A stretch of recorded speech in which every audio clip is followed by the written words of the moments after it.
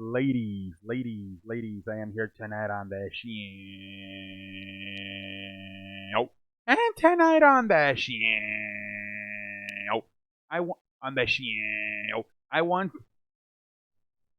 stupid. All right, here we go. I want to talk about this whole situation with Jalen Ramsey. So a lot of moves tonight by the Rams, man. Rams making a lot of moves tonight.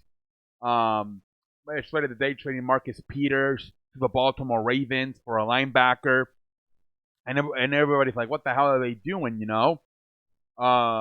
might be so worried about their damn running game they can't stop the running that they rather go get a linebacker and release the 26, 27-year-old two-time Pro Bowler Marcus Peters. And then no, a few hours later they turn around and it turns out they end up trading for possibly the best cornerback in this league in Jalen Ramsey for three draft picks, a fourth round pick, and two first rounders. And now Jalen Ramsey has whatever's left of this year, and he has next year. So you're gonna get him for 2 years. I mean, we're only halfway through, not even halfway through this season. So you're gonna get him for whatever's left of this year, and you also got him for next year. In the long run, obviously, Jalen Ramsey wants a new contract. Possibly wants to be the highest paid, one of the highest paid, possibly the highest paid defensive back in the league. A lot of problems with Jacksonville. Has been asking for a trade for a while. Doesn't like the way they're using him. Doesn't like the team. Feels they're not going anywhere. They're using him more as a zone back. Like kind of like Asante Samuels. Like a zone. He wants to be more of a man to man. He wants to shut down people down, and I believe like he's obviously got the talent to be a man to man and shut down receivers.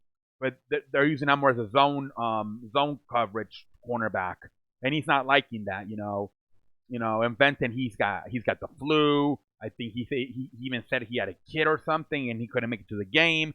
There was a few weeks ago where they were playing. I forgot who they were playing, but instead he was in the Houston Texans game, hanging out with Deshaun Watson and some of those other friends he's got over there in Houston. So yeah, he does not longer want to be with Jacksonville. And so Jacksonville, that was probably the final straw when he was at the Texans game the same day Jacksonville had a game. That was probably when they say, you know what, enough is enough. But yeah, so they get three picks in the draft. They get two first rounders and a fourth pick.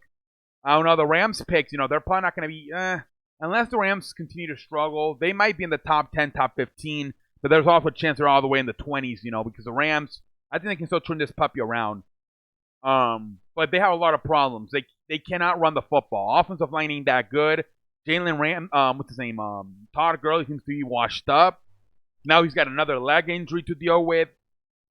A lot of problems with the Ram teams who have lost 3 straight games. They're looking up at both Seattle, San Francisco, and Seattle in the NFC West. Sean McVay, for the first time in his career, has lost 3 straight games. Jared Goff couldn't even throw fucking for 100 yards. Ended up limited to just 78 yards this past Sunday versus the San Francisco 49ers. A lot of problems for this team. They literally cannot run the football. Defensively also, they're struggling. Aqib Talib, the other cornerback, is going to be out for a few weeks with, I believe, broken ribs.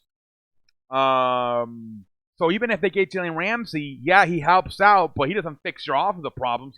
He can't. What the hell is he supposed to do at the offensive side where they can't run the football? And they also got a linebacker in the trade. They traded Marcus Peters, and they got a linebacker in return from the Ravens. So then maybe that can help a little bit too, because they're also struggling on the defensive side, stopping the running game. I feel like they're gonna try to go for it, Jalen Ramsey this year, next year. But they're still probably it like I said, it does not fix their offensive problems that they can run the football. We'll see how it goes. I still think San Francisco, possibly even Seattle, are better. Because they can't run the football. They cannot run the football. Whether it's that Todd Gurley's washed up or the offensive line can't block anymore, they're one-dimensional. They're a passing team right now, one-dimensional. And until that gets fixed, they're probably not going. They're going to continue to struggle. But we'll see what happens now. You know, it's exciting to see when you get Hakeem Talib back. You'll have Talib, although Hakeem Talib's a little bit older, you're gonna have him on one side, and you're gonna have Jalen Ramsey on the other side. And I'm assuming they're gonna go to man coverage. You know, man to man. That's what he was complaining about with Jacksonville, that they were using him in zone coverage. He wants to play man to man. So I'm assuming Wade Phillips, one of the best defensive coordinators in this league, is give him what he wants, and that's to play man to man coverage. And we'll see what happens with this team. Rams are trying to win. They're trying to win. But I actually think they actually also got an offensive lineman from Cleveland, if I'm not mistaken.